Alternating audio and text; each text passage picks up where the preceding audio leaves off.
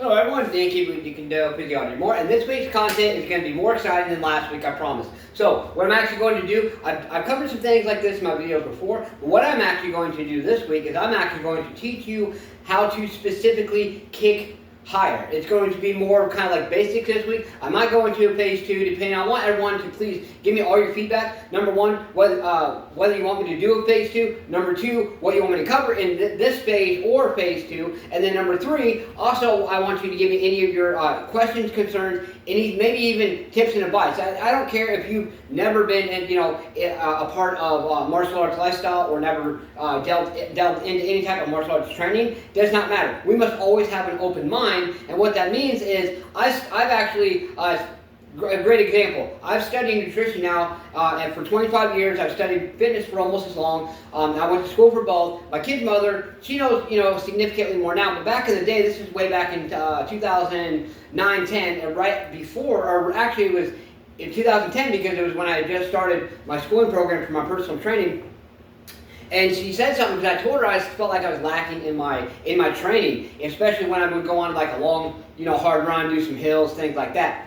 And she just asked me, just at random, she had a thought, and she asked me, she's like, why don't you really eat bananas anymore? I was eating, plenty of fruit, thought I was getting enough potassium, and I'm like, well, honestly, I used to eat, at least 2, maybe 3 a day, and I just got sick of eating them. I kind of literally got tired of the taste, and it was honestly not appealing to me. She's like, okay, well, why don't you put them in cereal or put them in your smoothie? Because I was already blending up fruit smoothies with protein and stuff. And I'm like, you know what? You're absolutely right. You can get that one small thing. I changed, and it honestly, it really advanced my training. It took me to that next level. And like I said, she knew, even to this day doesn't know a lot, but back then she knew hardly anything about the human body, nutrition, and fitness. So what I'm telling you is, even if you've never delved into martial arts, maybe there's something, you can tell me. Even just an idea might spark something in my mind to be able to help you more. I'm all about helping you guys. So as far as for kicking higher, number 1, we want to obviously focus on our mobility. Those of you who have ever heard of the horse stance, there is a standard horse stance and a narrow. The narrow or the beginner horse stance is more like this. It's kind of like a wide, a wide squat position. So go down like this. Now what I'd recommend doing, especially if your legs are not very, are cold or not very warm, kind of go like this, bounce just a little bit, and then boom.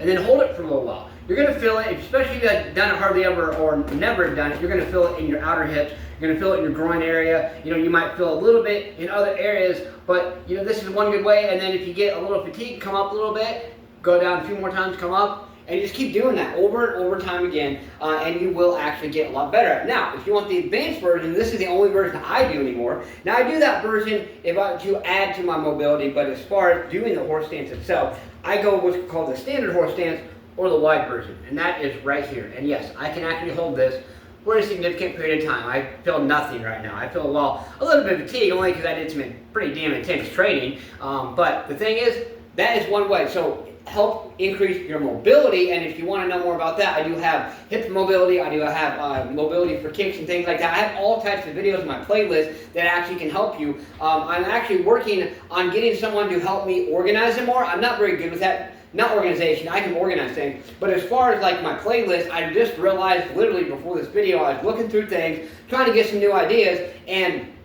to be completely honest with you, I'm like, holy shit, I have a lot of videos just on this one playlist. And the one playlist I was looking at, it is kicking mobility the Jeet Kune way. That's not even one of my bigger playlists. I have playlists that have a plethora of videos significantly, more than actually this one. I'm like, holy cow, like, how am I going to organize this? So I'm working on getting with someone who knows more about that, who can help me kind of like put it together a little bit more, because there's probably some videos on some playlists that are similar to others, and I don't want to delete any videos, but I do want to actually kind of compile it and organize it just a little bit more. So there we go. And another thing you can do just by simply doing kicks is going to help increase your overall mobility to be able to kick higher. So if you go like this, so the whole idea of a side kick in Jeet Kune as opposed to Taekwondo, because Taekwondo, basically what I call a side kick in Jeet Kune, or in what is considered a side kick in Jeet Kune, is actually considered a sliding side kick in Taekwondo. But the whole idea of it is to